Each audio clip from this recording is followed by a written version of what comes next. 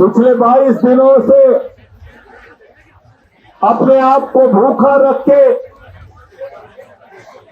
आमरण अनशन पर बैठे महान समाज सेवी और शिक्षाविद सोनम वांगचुक जी, जिनको जबरन पुलिस ने हॉस्पिटल में एडमिट कर लिया है, लेकिन मैं उनके हौसले को नमन करना चाहता हूं कि हॉस्पिटल में एडमिट करने के बावजूद, तमाम दबाव बनाने के बावजूद सोनम वांगचुक ने अपना अनशन नहीं तोड़ा।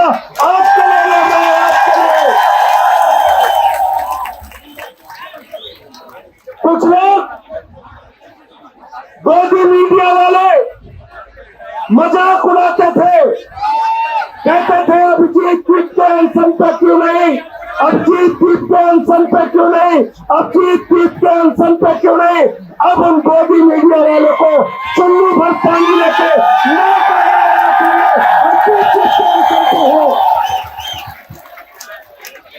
अभिजीत पीठ के हैं अनशन पे। अब कराओ खबर, दिखाओ खबर, माफी मांगो, माफी मांगो नौजवानों से, माफी मांगो इस देश के लोगों से। 93 पेपर लीक हुए, करोड़ों छात्रों का जीवन बर्बाद हुआ और नीट का पेपर लीक हुआ, री एग्जाम हुआ, उसके बावजूद मैं देख रहा था री एग्जाम के रिजल्ट में भी घोटाला कर लिया इन बेईमानों ने, री एग्जाम के रिजल्ट में भी। मैं यहाँ पे आया तो मुझे अभिजीत दीपक जी ने बताया, आशुतोष रंका जी ने बताया, सौरभ दास ने बताया कि दिल्ली पुलिस वाले चिल्ला चिल्ला के कह रहे हैं परमिशन नहीं है, 144 लगी है, परमिशन नहीं है, 144 लगी है, परमिशन नहीं है, 144 लगी है। मैं दिल्ली पुलिस के अधिकारियों से कहना चाहता हूं, जाकर नरेंद्र मोदी से कह देना, इस देश की जनता चुनाव में अपने घर के बाहर 144 लगाएगी और तुम लोगों को भगाने का काम करेगी। तैयार हो ना? तैयार हो सब लोग? बीजेपी वाले वोट मांगने के लिए आए तो कह देना धारा 144 लगी है हमारे घर के आगे, भागो यहाँ से, भागो यहाँ से। परमिशन चाहिए, परमिशन चाहिए। 22 दिन के आमरण अनशन के बाद नौजवानों को संसद मार्च करने के लिए परमिशन चाहिए, परमिशन चाहिए। अरे हमारे 22 बच्चे, नौजवान छात्र छात्राएं, उन्होंने आत्महत्या कर ली, अपनी जान दे दी। क्या इस देश के नौजवान को अपने प्रधानमंत्री से मिलने के लिए, ये कहने के लिए, रोने के लिए, बिलखने के लिए, अरे ये कहने के लिए कि हमारे 22 बच्चे मर गए, प्रधानमंत्री जी पेपर लीक पर कुछ कर दो, क्या इसके लिए परमिशन चाहिए? क्या परमिशन चाहिए? क्या परमिशन चाहिए? चलो और भी आगे बढ़ जाता हूँ। मैं तो संसद का सदस्य हूँ, मुझे कल संसद जाना है कि नहीं जाना है? जाना है ना? तो आपके साथ संसद जाऊंगा तो मुझे परमिशन चाहिए क्या? परमिशन चाहिए क्या? मैं और भी सांसदों से कहना चाहता हूँ, आओ यहाँ पे, चलो इन नौजवानों के साथ संसद, संसद जाना हमारा अधिकार है,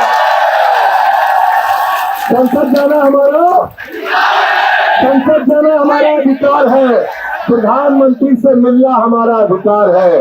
प्रधानमंत्री को मेलोनी से मिलने के लिए फुर्सत है? मेलोनी चॉकलेट खा खा के कूदने की फुर्सत है?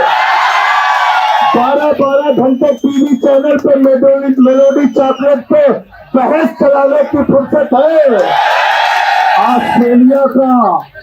ऑस्ट्रेलिया की सैर कर रहे हैं, न्यूजीलैंड की सैर कर रहे हैं, और एक कौन से देश में चले गए थे?